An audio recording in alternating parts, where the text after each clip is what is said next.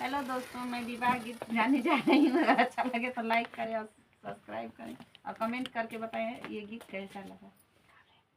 मोरा पीछावा घनी बांसवाड़िया रे तोता मैना लिया बसेड़ा रे लालन सुती गईले तोता हो सुती गईले मैना रे सुती गईले सगरा सभा लोग रे लालन अरे सुती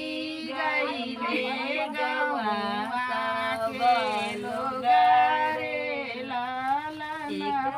एक न सुतेला बेटी के पापा रे जिनी का दए जवा का सोचा रे लालन सुतेला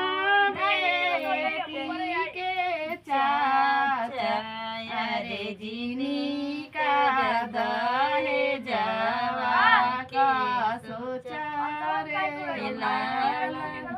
सुती गईली मैना सुती गईली तोता रे सुती